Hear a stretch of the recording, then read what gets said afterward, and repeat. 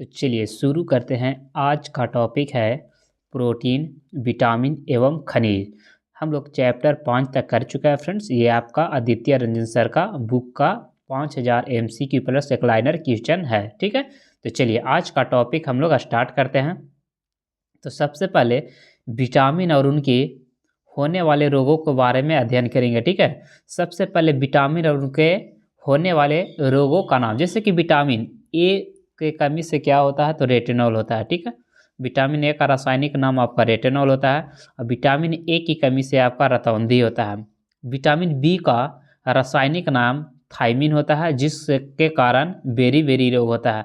और vitamin B2 की कमी से यानी किरोसिस होता है, इसका यानी कि रासायनिक नाम राइबोफ्लेविन होता है। विटामिन बी थ्री का जो नाम होता है नियासिन, क्या होता है नियासिन, याद रखिएगा क्या होता है नियासिन। इससे कौन सा रोग होता है, पेलाग्रा रोग होता है। नेक्स्ट है विटामिन बी फाइव का रासायनिक नाम होता है आपका पैंटोथेनिक अम्ल, याद रखिएगा पैंटोथेनिक अम्ल, जिसके कारण चर्म रोग वृद्धि में कमी होता है। अगला है आपका विटामिन बी सिक्स का रासायनिक नाम होता है पायरिडॉक्सिन, जिसकी कमी से एनीमिया चर्म रोग होता है। विटामिन B7 का बायोटिन नाम है रासायनिक, और जिसके कारण क्या होता है बालों का झरना। नेक्स्ट है बी नाइन का रासायनिक नाम होता है फोलिक एसिड, जिसकी कमी से रक्त क्षीणता कुठित वृद्धि होता है, ठीक है। अगला है बी12 के कारण रासायनिक नाम हो जाएगा साइनोकोबाल्मिक, जिसके कारण क्या होता है घातक रक्तलापता तंत्रिका तंत्र में गड़बड़ी। विटामिन बी यानी कि विटामिन सी का जो रासायनिक नाम होता है स्कर्विक अम्ल होता है, जिसकी कमी से यानी कि स्कर्वी रोग होता है। विटामिन डी का रासायनिक नाम होता है कैल्सीफेरॉन। विटामिन ई का नाम होता है टोकाफेरॉल। और विटामिन के का नाम होता है फाइलोक्विनोन। देखिए विटामिन डी के कमी से रिएक्टस होता है। और विटामिन ई के कमी से जनन क्षमता में कमी होता है। और विटामिन के की कमी से रक्त नहीं जमता है, ठीक है। तो चलिए अब आपका एक लाइनर क्वेश्चन है, थायमिन किस विटामिन का रासायनिक नाम है, तो ये B1 का रासायनिक नाम आपका थायमिन होता है। फल, सब्जी तथा पनीर में कौन सा आहार मानव शरीर में नए ऊतकों को वृद्धि के लिए पोषण तत्व प्रदान करता है, तो वो आपका पनीर हो जाएगा। विटामिन की खोज किसने की थी, तो विटामिन की खोज जो किया गया था फंग के द्वारा किया गया था। विटामिन क्या होता है, तो देखिए विटामिन जो आपका होता है कार्बनिक यौगिक होता है। यौगिक के किस समूह को सहायता आहार कारक कहा जाता है, तो विटामिन को किसे कहा जाता है, विटामिन को कहा जाता है। जीवधारियों में कम से कम 27 वर्ष की आवश्यकता होती है, जिसमें से 15 धातुएं हैं। इनमें से प्रचुर मात्रा में किन धातुओं की आवश्यकता होती है, तो सबसे प्रचुर मात्रा में पोटेशियम, सोडियम, मैग्नीशियम और कैल्शियम। सेब हृदय रोगियों के लिए विशेष महत्व रखता है, क्योंकि ये मुख्य स्रोत है किसका, तो एंटीऑक्सीडेंट का, ठीक है। वह विटामिन कौन सा है जो खट्टे फलों में पाया जाता है तथा चर्म को स्वस्थ करने में सहायक होता है, तो विटामिन सी। जितना भी खट्टा पदार्थ यानी कि खट्टा फल पाया जाता है फ्रेंड्स, सभी में विटामिन सी पाया जाता है। पूछेगा ना कि विटामिन सी का सबसे उच्चतम स्रोत क्या है, तो क्या हो जाएगा आपका आंवला हो जाएगा। विटामिन सी का रासायनिक नाम स्कर्विक अम्ल। घाव भरने के लिए कौन सा विटामिन सहायक होता है, तो विटामिन सी। नेक्स्ट क्वेश्चन है कि किसके अवशोषण में विटामिन सी मदद करता है, तो लौह के अवशोषण में विटामिन सी मदद करता है। किस विटामिन की कमी से खून न जमने की बीमारी अथवा अधिक रक्तस्राव होता है, तो विटामिन के कारण। नियासिन जो विटामिन बी कॉम्प्लेक्स ग्रुप का एक विटामिन है, जिसकी कमी से कौन सा रोग होता है, देखिए नियासिन के कारण होता है पिलाग्रा। कौन सा विटामिन मनुष्य में रक्त के जमने के लिए जिम्मेदार है, तो विटामिन के। मनुष्य के आंत में जीवाणु द्वारा कौन सा विटामिन का संश्लेषण होता है, तो विटामिन B12 और विटामिन के का संश्लेषण जीवाणुओं द्वारा होता है, ठीक है। आप लोग याद रखिएगा। अगला क्वेश्चन की ओर बढ़ते हैं। विटामिन डी का मुख्य स्रोत सूरज की किरणें होता है। विटामिन डी का रासायनिक नाम कैल्सीफेरॉल होता है। किस विटामिन को आगे कैल्सीफेरॉल कहा जाता है, तो विटामिन D2 को कहा जाता है। भोजन में आयोडीन की कमी के कारण कौन सा रोग होता है? तो गलांड, जिसे गलगंड या घेंघा रोग जिसे बोला जाता है। किस विटामिन को हार्मोन माना जाता है? तो विटामिन डी को हार्मोन माना जाता है। बच्चों में रिकेटस तथा वयस्कों में ऑस्टियोमाइलेसिया नामक बीमारी किस विटामिन से होती है? तो विटामिन डी की कमी से होती है। रतौंधी किस विटामिन की कमी के कारण होती है? तो विटामिन ए की कमी से होता है रतौंधी। मानव शरीर के किस भाग में विटामिन ए संचित रहता है? तो यकृत में संचित रहता है। विटामिन ई का महत्वपूर्ण स्रोत क्या है? तो गेहूं, अंकुर का तेल। समान दृष्टि के लिए कौन सा विटामिन आवश्यक होता है? तो रेटिनॉल। क्या होता है? रेटिनॉल, जिसे विटामिन ए। किस विटामिन में कोबाल्ट पाया जाता है? तो B12। साइनो कोबालमिन B12 को कहा जाता है। विटामिन ई का रासायनिक नाम क्या होता है? तो टेकोफेरॉल। विटामिन ई तो टेकोफेरॉल। एक मनुष्य को बेरी सूखा रोग और स्कार्वी रोग की बीमारी है, यदि वह नहीं ले रहा तो विटामिन B1, विटामिन डी और सी।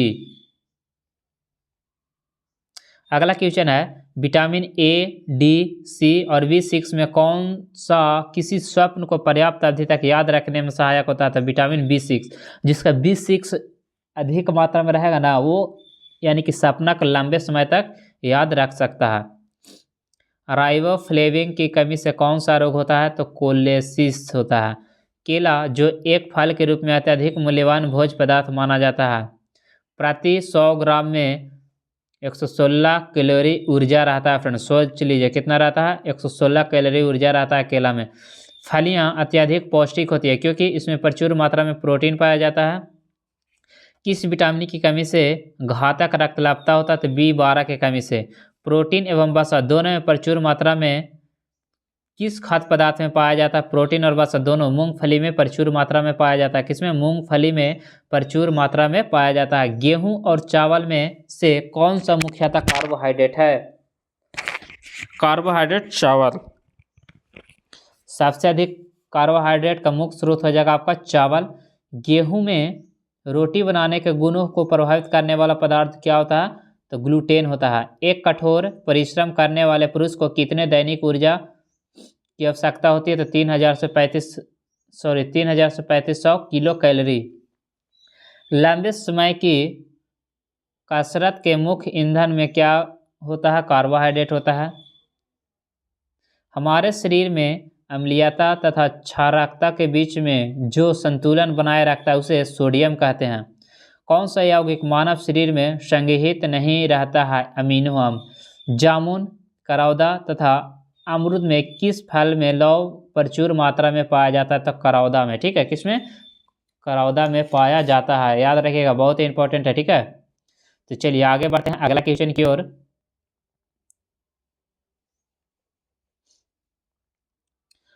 पालक के पत्तों में किसकी मात्रा सबसे अधिक होती है? तो आयरन की मात्रा सबसे अधिक होती है, यानी कि आपका राइट आंसर आयरन हो जाएगा। भोजन के विभिन्न अंगों में से किसमें प्रति यूनिट कैलोरी की मात्रा सर्वाधिक होती है? तो वसा में।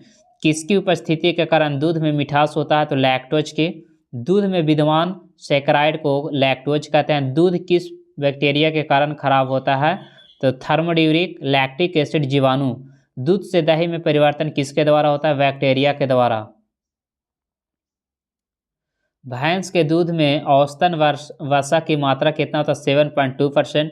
दूध प्रोटीन के पचाने वाले एंजाइम को क्या कहा जाता है? तो रेनिन कहा जाता है। दूध में नामक प्रोटीन उपस्थित होता है, इसी प्रोटीन के कारण दूध सफ़ेद रंग का होता है, केसिन। मानव शरीर की धीमी वृद्धि किसके कारण होती है? तो प्रोटीन के कारण। गाय के दूध का रंग किसकी उपस्थिति के कारण हल्का पीला होता है? तो कैरोटीन के कारण। किसके कारण? जिसके गाय के दूध में कैरोटीन की मात्रा अधिक होगा उसका दूध पीला रंग का दिखेगा। किसे प्रजनन विरोधी विटामिन कहते हैं? तो विटामिन ई को। किसे कहते हैं? विटामिन ई को कहा जाता है। दूध पिलाने वाली माँ को प्रतिदिन आहार में कितना ग्राम प्रोटीन की आवश्यकता होती है? तो 70 ग्राम कम से कम डेली प्रोटीन की आवश्यकता होती है। माँ का दूध नवजात को लगभग संपूर्ण आहार प्रदान करता है, किंतु किसका अभाव होता है? तो लोहे का अभाव होता है। स्टार्च क्या होता है? स्टार्च एक पॉलीसेकेराइड है। चलिए अगला क्वेश्चन की ओर बढ़ते हैं। अलसी किस प्रकार अलसी किसका प्रचुर स्रोत है? तो ओमेगा 3 वसीय अम्ल का। नेक्स्ट है, खाद्य पदार्थों में से कौन सा सभी आवश्यक अमीनो अम्ल को सर्वोत्तम स्रोत है? तो अंडा। क्या हो जाएगा? अंडा। एक गिलास पानी पीने में कितना कैलोरी ऊर्जा मिलती है? तो 0 ग्राम। कितना? एक गिलास पानी पीने में कितना कैलोरी ऊर्जा? तो 0 ग्राम हो जाएगा। कार्बोहाइड्रेट, वसा तथा प्रोटीन में से कौन सा पोषक तत्व टूटने पर अधिकतम ऊर्जा प्रदान करता है? तो वसा। चिकित्सक परामर्श देते हैं कि हमें अपना भोजन वनस्पति घी की अपेक्षा तेल में बनाना चाहिए क्योंकि तेल में असंतृप्त वसाएं होती है। कौन सा वनस्पति तेल हृदय रोगियों के लिए उपयुक्त है? तो सूरजमुखी का तेल। अन्य पशुओं के मांस की तुलना में मछली का उपभोग स्वस्थ माना जाता है क्योंकि मछली में बहुअसंतृप्त वसा अम्ल होता है। मानव शरीर के लिए ट्रांस वसा सामान्यतः हानिकारक समझा जाता है क्योंकि यह HDL स्तर कम करता है। ट्राइग्लिसरॉल क्या है? तो वसा है। कौन सा विटामिन ए का सर्वोत्तम स्रोत है? तो गाजर। याद रहेगा, गाजर जो है विटामिन ए का सर्वोत्तम स्रोत है। कौन सा विटामिन पानी में घुलनशील है? तो बी और सी। वसा में घुलनशील हो जाएगा बी और सी को छोड़कर, यानी कि सभी वसा में घुलनशील है और पानी में बोलेगा तो केवल बी और सी।